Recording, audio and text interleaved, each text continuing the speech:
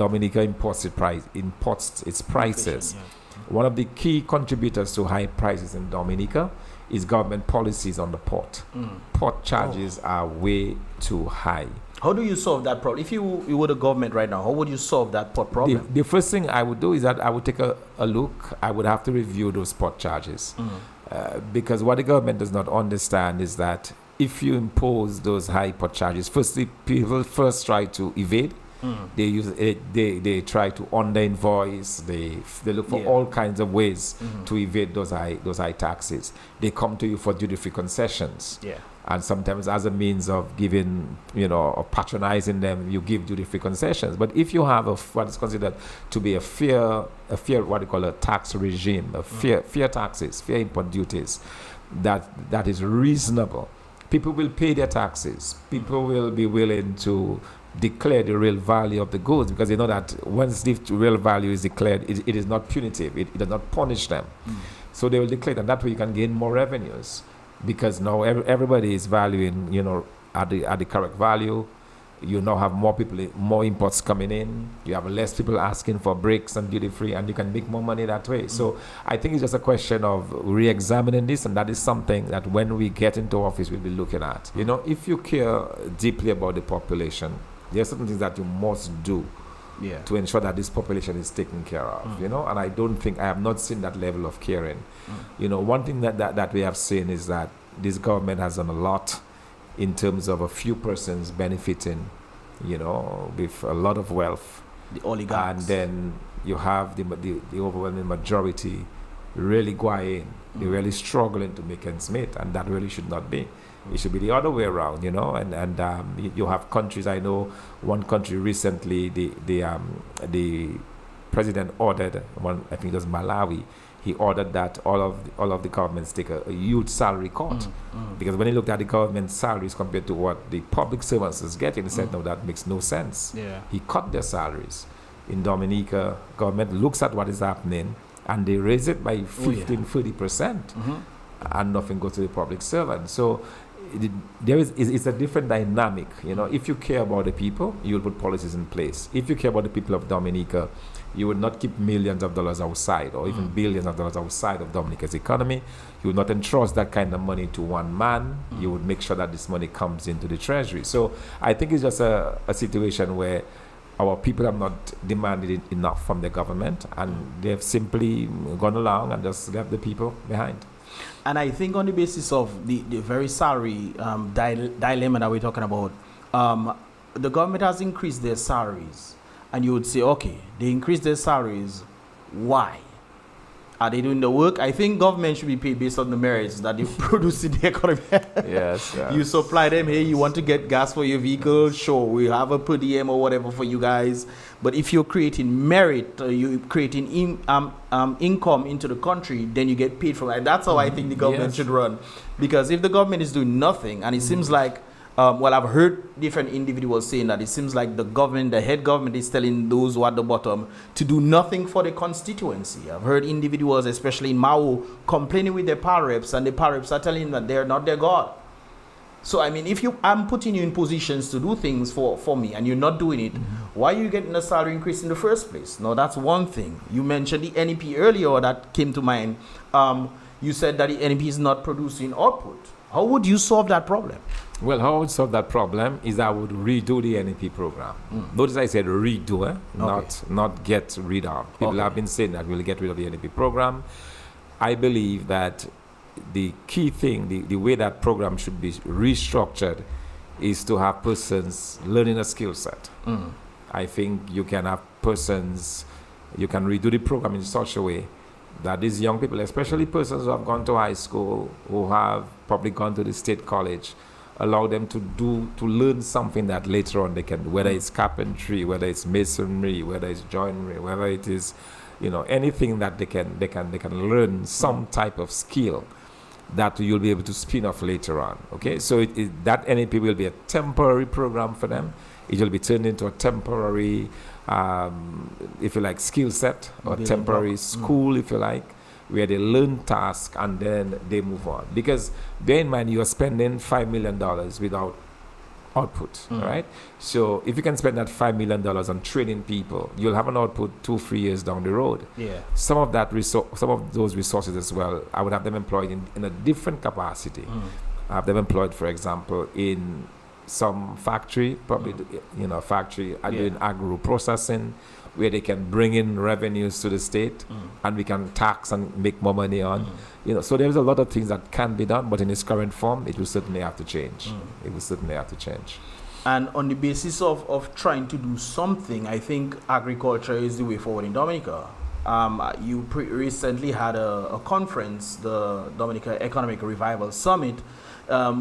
Was that the focus of trying to bring back Dominica to how it was? Yes. Can you tell me a little bit more about the Economic Revival Summit?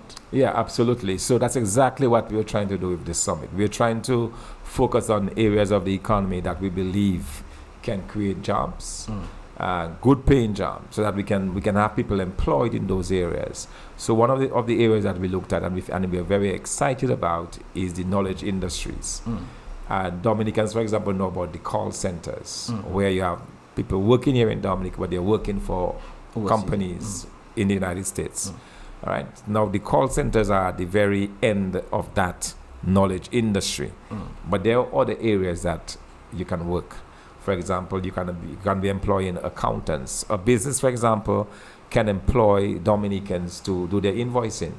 So somebody asks, for goods and services, for example, Amazon, and you could have Dominicans doing the invoicing for that and following up on the customer to make sure that these amounts are paid. Yeah. We can do that because we speak the language and we have good connectivity in Dominica. So we have already the key ingredients for setting up a knowledge-based industry in Dominica. So that's one pretty area much we're looking online. at. Working online. Okay. Working online. Imagine yourself on the beach, for example, sipping some juice. I was about to say some rum punch, but if you're working, you should not be sipping rum punch. But just in a very casual setting, but you're working, you're contributing towards something. So that's one area that we have identified that we want to work. We certainly want to put a lot of effort into. The other area, of course, is agriculture. Okay, how do we get people back to working? But this time we want to do agriculture, not just producing goods to export the raw material. I think that is good, but I don't want to be exporting plantain to Antigua for $1 a pound, and Antigua then transforms this plantain into $8 a pound. No. Why can't I get the $8 a pound for that plantain here in Dominica? So you have to do agriculture in a way that's a lot smarter, that allows you to use this earth that we have that grows any and everything that we want, use it in a way that we can generate a lot of resources, and that is where the focus has to be. And that's why I said using resources to build factories, to focus on our water resources. For example, we have so much water. Why can't we get this water out to the other islands?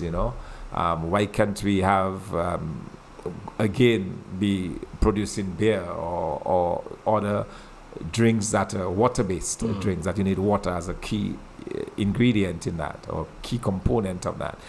So that's that. Then even in the area of manufacturing, there's so much that can be done. So the economic conference allowed us to take a very close look at some of the key sectors of the economy where we can benefit from. We also looked at the entertainment industry. That's a key sector. We have a unique brand of music. We are pioneers in Canas. Then we have Bouillon. Now we have another one more recently. All right? I can't remember his name now. I myself doesn't know what it is, but yeah. But yeah. So, it shows a certain level of creativity. Oh, I think I know what you're talking about. No, I catch it. Starts with N. It starts with you don't want to be selling that, but anyway, it is what it is. It has its people. It has But the point to make there is that you have a product that you can make money out of. You have to find a way to make money for the young people. So that the music industries that we talk about, the grain, the blue industry. In fact, today I was talking to a young fisherman right there in Portsmouth, and he was talking about the amount of fish that they bring in. Sometimes I met a fisherman in it was in St. Joseph, in Mero, Layu, in Layu. And he was saying he's praying to God that they don't get the fish as plentiful as they normally do. Can you imagine? He's saying that he does not want as much fish because when they do that, it's for them they don't make money because they have to give the fish away. People don't have money to buy it and so on. And he's praying to God. That's his living. He's been doing that for years and years and years. And yet his prayer to God is that they don't get as much fish. Because the people don't have spending power. People don't have spending power, and it's a way. So why can't we develop an industry that allows us to for example, to can those fish, the excess fish? Why don't we have a situation where we can have our fishermen not just fish for one day, but be on the sea for 3-4 days, because you have commercial type fishing. These are the areas that we need to go into. These are the areas that we need to push into. So we're able to look at all of those areas during the conference, and what we have done with that is you're beginning to put together a plan. But for us to be able to implement that in full, we will need the support of the Dominican public. We have to be in office. The public of Dominica has to put the United Workers' Party in office so we can pursue those things. There are some things that we can do, though, in the meantime. I talked about the knowledge industry. We don't have to be in office to begin to explore this. So that's what we're doing. We are trying to put together a core group of Dominicans here and overseas who understand the way this works, who can possibly get some link into that area and be able to help create some jobs. So that's something that we're hoping that we can do in a very quick fashion to begin to put Dominicans to work, because that is what we need to do. We need to put Dominicans to work with good paying jobs.